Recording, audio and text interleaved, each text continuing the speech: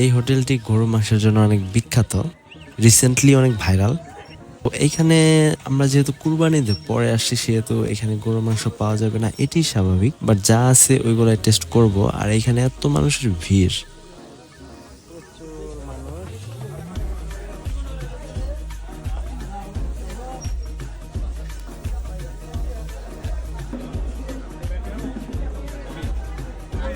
আল্লাহ জানে কখন খাবার পাবো। আর দেখা যায় এই এত মানুষের ভিড়ের মধ্যে খাবারের টেস্ট কেমন থাকে।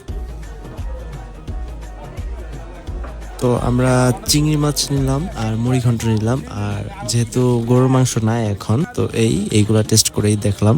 মিডিয়া হাইপ যেরকম দেখলাম ওরকম আপ টু দা মার্ক লাগে নাই আমাদের কাছে। কি বলবো, ভালোই লাগে নাই সত্যি কথা বলতে। এই মুড়িঘণ্ট নিলাম, মুড়িঘণ্টটা একদমই ভালো লাগে নাই। চিংড়ি মাছটা মোটামুটি, বাট মিডিয়া হাইপ যেরকম ভালো লাগে না। আর সার্ভিং স্টাইল তো একদম বাজে।